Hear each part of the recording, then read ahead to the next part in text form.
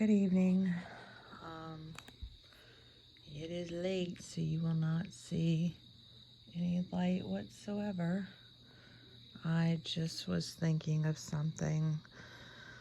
I was speaking to somebody the other day I hadn't talked to in a long time, and since I have been fairly accurate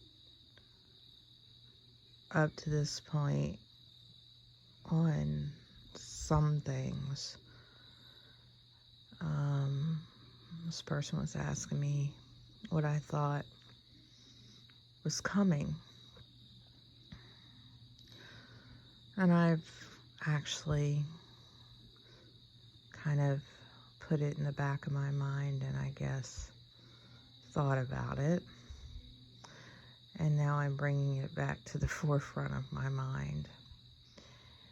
See, when somebody tells me something that is scientifically based, and I can get access to literature to truly fact check somebody,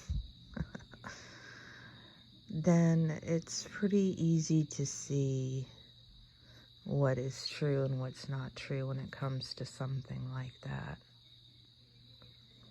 Not easy, but it's possible. Okay?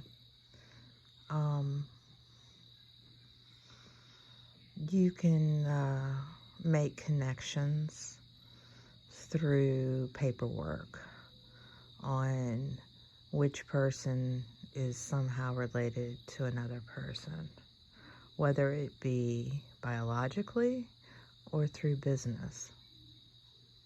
So you can see patterns in that kind of relationship. So sometimes that's very helpful to put puzzle pieces together on what possibly could be going on.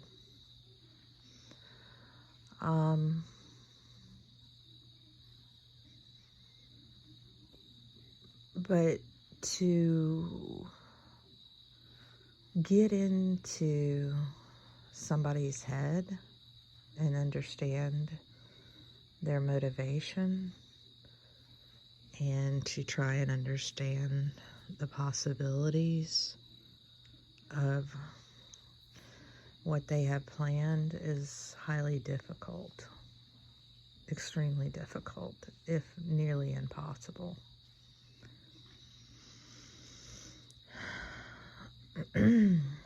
See, on this earth, we're limited to our five senses. What we can see, what we can hear, what we can touch, what we can taste, and what we can smell. And that's it. And based on those five senses, and some would argue a sixth one, but based on that, we make educated guesses. Sometimes we work on what you would think of as gut instinct, probably in an emergency situation. We sometimes jump to conclusions based on past experiences. We make wrong assumptions. So, and all of those things happen because our communication with each other is limited. You can live with somebody for years and never know them 100% because you do not have access to their mind. So when people spoke of living in concentration camps and how they survived, they said it was, knowing that they couldn't take my mind. They couldn't take that. So they went places in their minds. They went to other places when they had to. they played games in their mind to help motivate themselves to continue every day. So you never can really know somebody completely. Not 100%. And it's if we could really truly hear people and communicate instantaneously, like telepathically, we probably would be a better people, because it would cut out a lot of this nonsense and lying that we do to each other and to ourselves.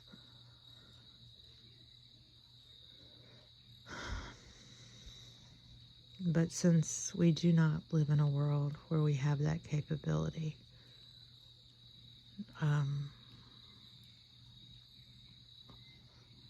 we can hide in our minds.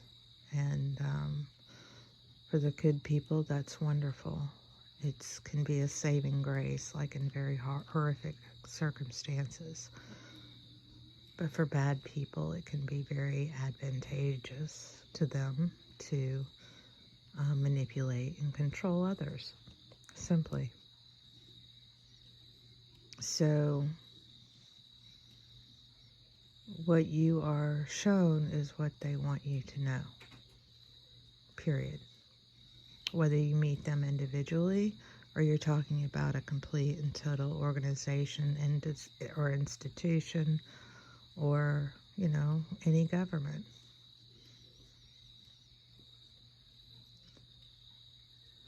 So,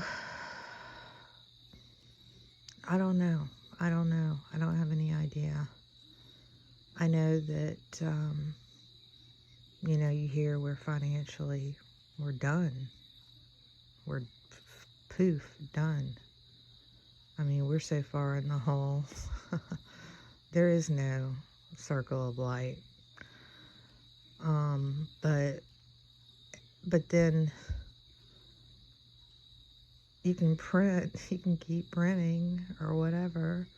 I mean, I don't really understand, because, see, the monetary system was created by us.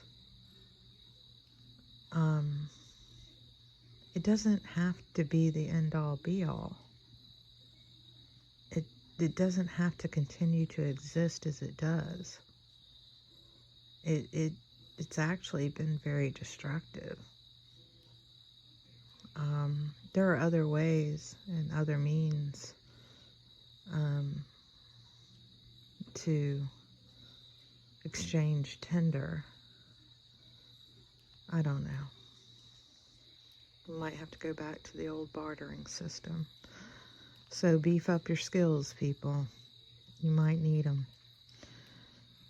Whether it be woodwork, ironwork, building, sewing, cooking, whatever it may be. I don't know exactly, but I feel that we have change coming. And I don't think a lot of it's going to be easy, but we have been living a very comfortable life on top of a very corrupt system. And it can't continue. It shouldn't continue. But at what cost? I think we're already seeing a lot of the cost of what it,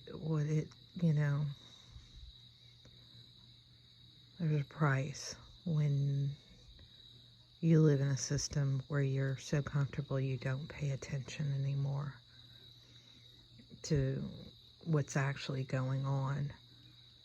And then you don't pay attention for so long that the ones in charge don't take you seriously anymore. they set it up to where the systems that are supposed to provide a great education for your children are not. And then therefore you have a population that is not as educated as they should be, following the ones who don't want them to be educated, and here we are. But there are plenty out there who still have a lot of common sense, and they have their minds that nobody can control, no matter what their mouth says. And you have a population that's much smarter than they actually realize. They're so smart, they're quieter, they're observers, and they're watching. And they'll say something occasionally, but mostly they're watching. Do not be mistaken, people. They might have the theater control of the box to put what they want on display in front of you. But there's another side that you don't see because they don't have control of the box. And there's good. There's a lot of good. So,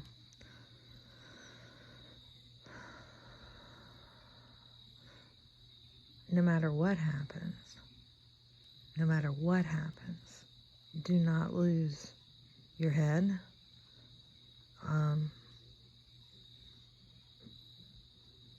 Think, use your knowledge, use your brain. They can't take that away from you. Think. Use what you have.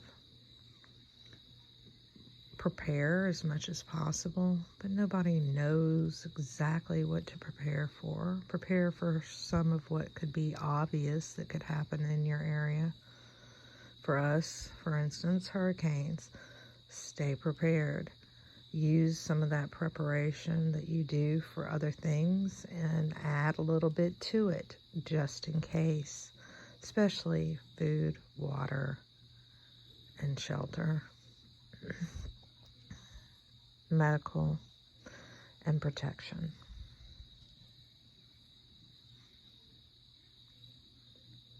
So, other than that, ultimately, the biggest thing, be prepared that, you might not live 100 years and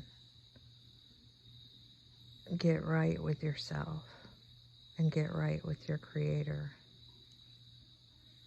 So you can truly put your your head down on your pillow at night and know that you're not perfect, but you're good and you're trying. And just, do as well as you can and do better at some things if you can. And, be ready. I mean, it's scary because none of us know what that is or what it's like. But I've been told by my son that it's so fantastic that he didn't want to come back. So have some peace with that. But only when it's your time. Until then, we're here for a reason. None of us are a mistake. And, have strength in that. And enjoy every minute and know that this change is needed ultimately. And, when you go through a bad, usually you can come back hopefully better on the other side. And that doesn't mean technology better.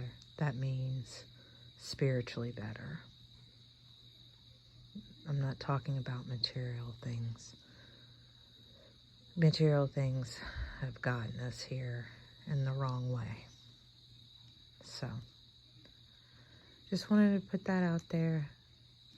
I'm not exactly sure, but change is coming.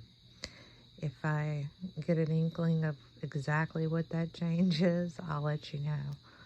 But one thing I can do is keep you abreast on the continuous lies and how I feel about certain characters and that sort of thing.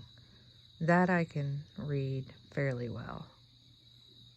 But their motivation and plans and why, that's a little bit more complicated.